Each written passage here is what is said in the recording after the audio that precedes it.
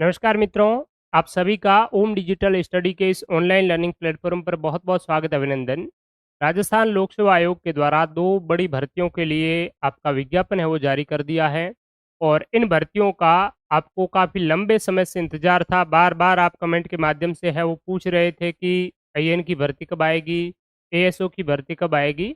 और मैंने आपको लगभग 1 महीना पहला करीब स्पष्ट रूप से बताया था कि अगस्त के महीने में आपकी ये वैकेंसी है वो आ जाएगी निश्चित रूप से और अगस्त के पहले ही सप्ताह में इस भर्तियों का विज्ञापन आपका जारी है वो हो गया है। तो इस सेशन में हम कंप्लीटली इस भर्ती के बारे में, दोनों भर्तियों के बारे में चर्चा करेंगे। इसमें किसी भी प्रकार का सीईटी जैसा कोई इसमें पात्रता एलिजिबिलिटी टेस्ट इत्यादि नहीं है। तो क्या इसका सिलेबस रहने वाला है? क्या इसकी योग्यता है? और कब इसका एग्ज़ाम होगा? कौन-कौन इसके लिए आवेदन कर सकते हैं? वो तमाम चीज़ें हम बहुत अच्छी तरीके से है वो इस सेशन में डिस्कस करेंगे।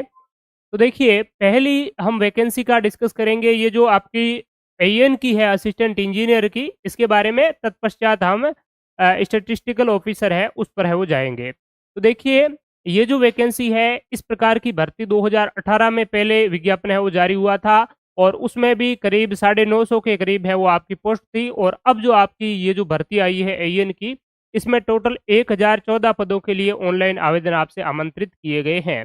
ठीक बात है? अब इसके लिए अलग-अलग डिपार्टमेंट की बात करें, अलग-अलग डिग्री डिप्लोमा की बात करें तो इसमें पीएचडी एएन की 101 है और सिविल पीएचडी में 125 है। पीडब्ल्यूडी एएन की इलेक्ट्रिकल की 20 है और एएन सिविल की 150 है।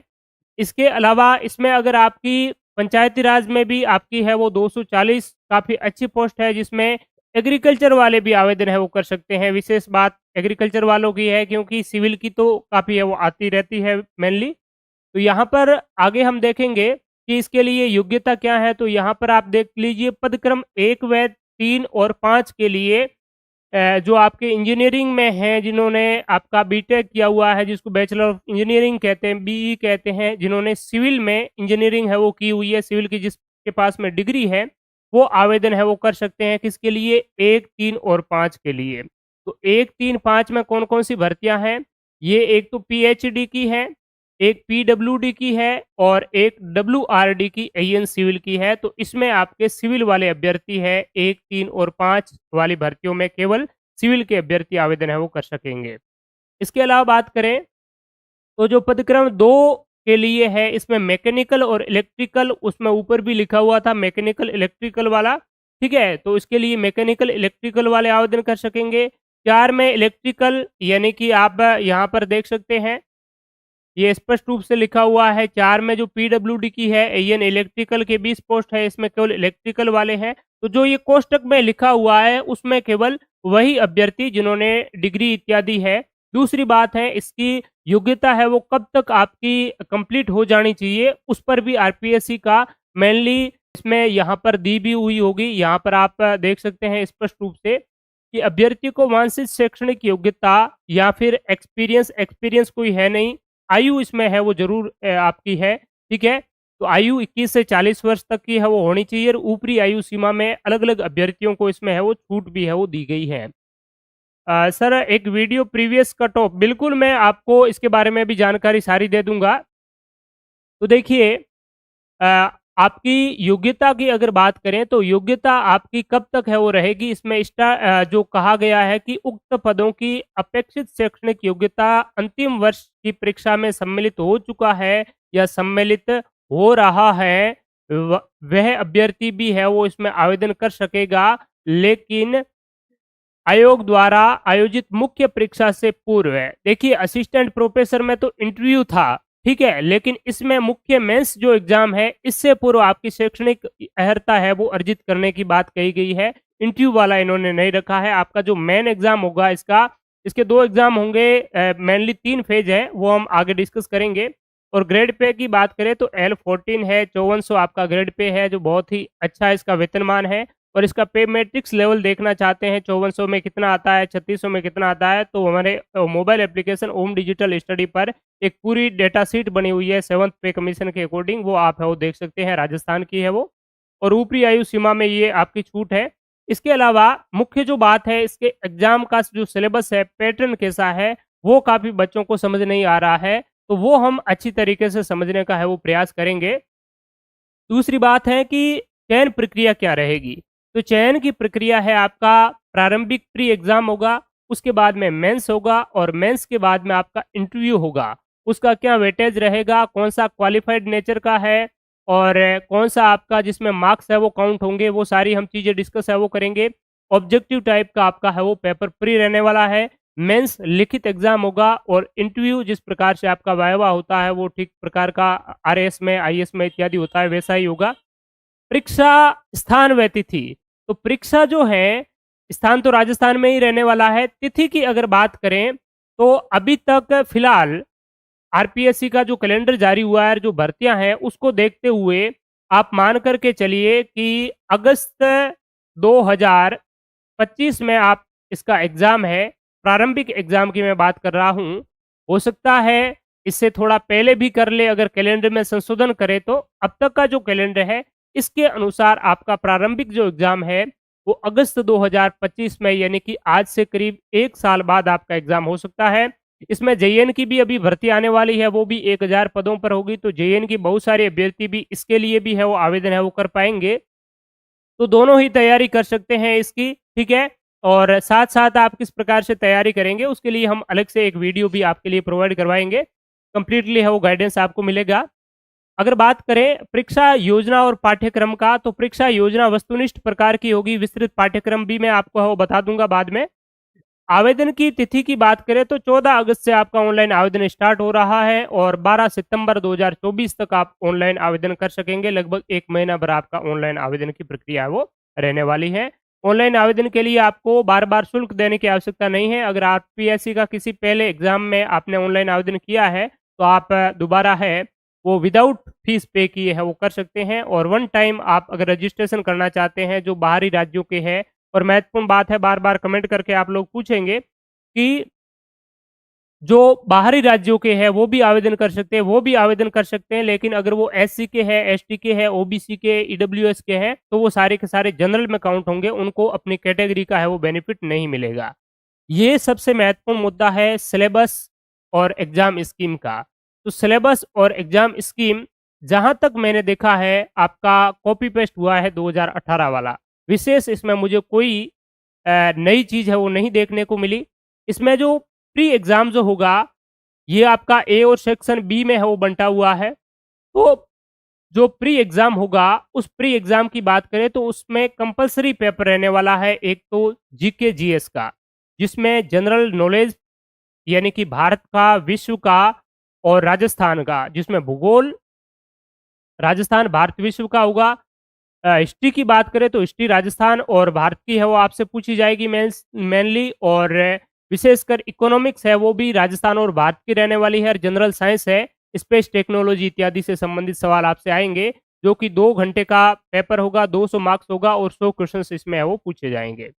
सेक्शन बी की बात करें तो सेक्शन बी में आपका 1 जो पेपर है, वो कैंडिडेट है कैंडिडेट को क्या करना होगा, कोई भी 1 पेपर कैंडिडेट को ऑप्ट करना होगा इसमें।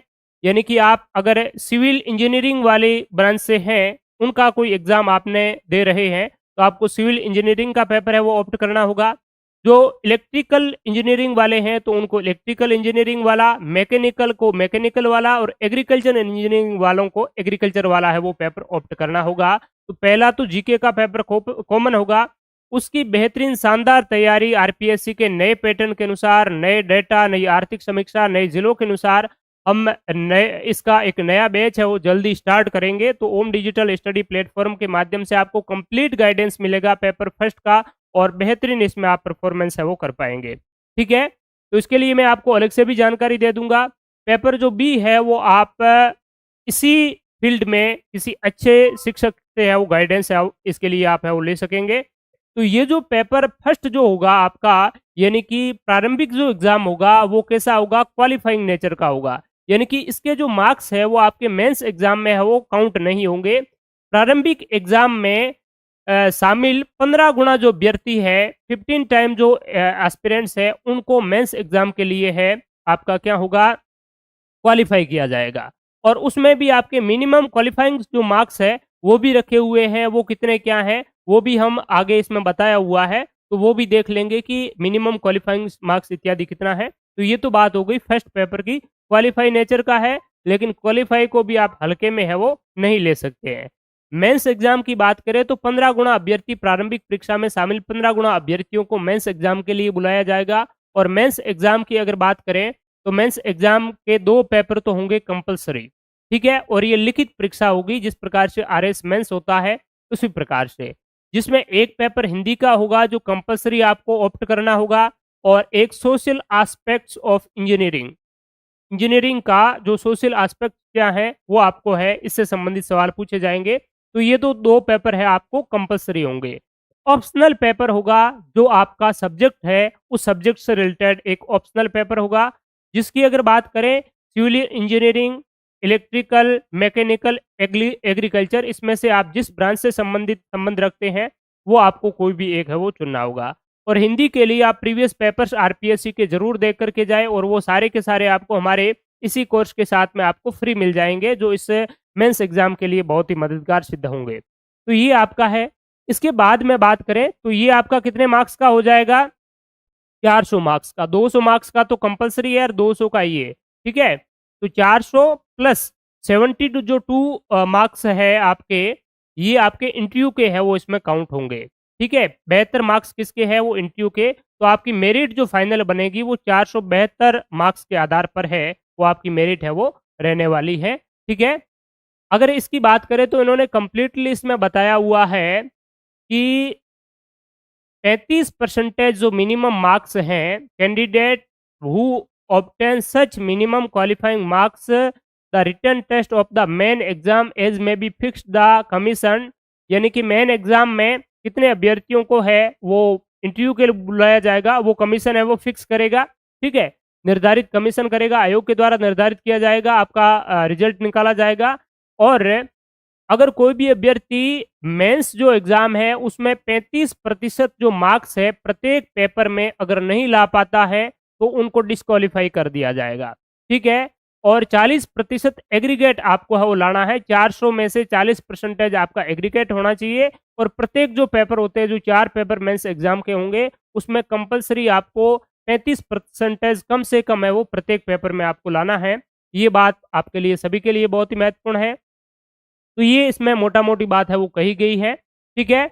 और इसमें एक ये भी बात कही गई है, the commission shall not recommend any candidate of for the state engineering service who failed obtain minimum 50 percentage, ये 50 लिखा हुआ है, marks in in the aggregate, यानी कि आपका इंटरव्यू और सारा कुछ मिला करके आपके 50% जो मार्क्स है, यानी कि मेंस एग्जाम में एग्रीगेट 40% होने चाहिए, और इंटरव्यू प्लस मेंस एग्रीगेट आपके 50% मार्क्स है वो होने चाहिए। इससे अगर कम हुए तो फिर आरपीएससी है वो रिकमेंड है वो नहीं करेगा। तो ये बात इसमें है वो कही गई है। बाकी प्रारंभिक एग्जाम में जो आपके 5 मेनली विकल्प आपको मिलेगा, जिस प्रकार से जो रहता है आरपीएससी अभी एग्जाम इसी पैटर्न पर है वो करवाती आ रही है। तो ये आपका कुल मिलाकर के असिस्टेंट इंजीनियरिंग का एग्जाम पैटर्न, सिलेबस, स्कीम इत्यादि, और सिलेबस और इसकी प्रीवियस कट ऑफ, फाइनल की कट ऑफ, इंटरव्यू से पहले की क्या कुछ रही है, उसका हम अगले सेशन में है वो डिस्कस करेंगे। एक अलग से मैं आपको सेशन है वो इसके लिए होस्ट कर लूँगा। सिलेबस के बारे में पैटर्न शायद नहीं दिया। ये आपका सिलेबस में आपको अलग से है वो डिटेल में है वो बता दूँगा, ठीक है? तो चलिए, आपके फिर भी कोई डाउट इत्यादि रह जाते हैं तो आप कमेंट बॉक्स में है वो बता सकते हैं। अब हम बात करते हैं जो कि स्नातक ग्रेजुएट लेवल की आर्ट्स वालों के लिए, साइंस वालों के लिए, मैथ्स वालों के लिए जो भर्ती है, उस पर आइए हम चर्चा करते हैं। ये भर्ती आपकी आर्थिक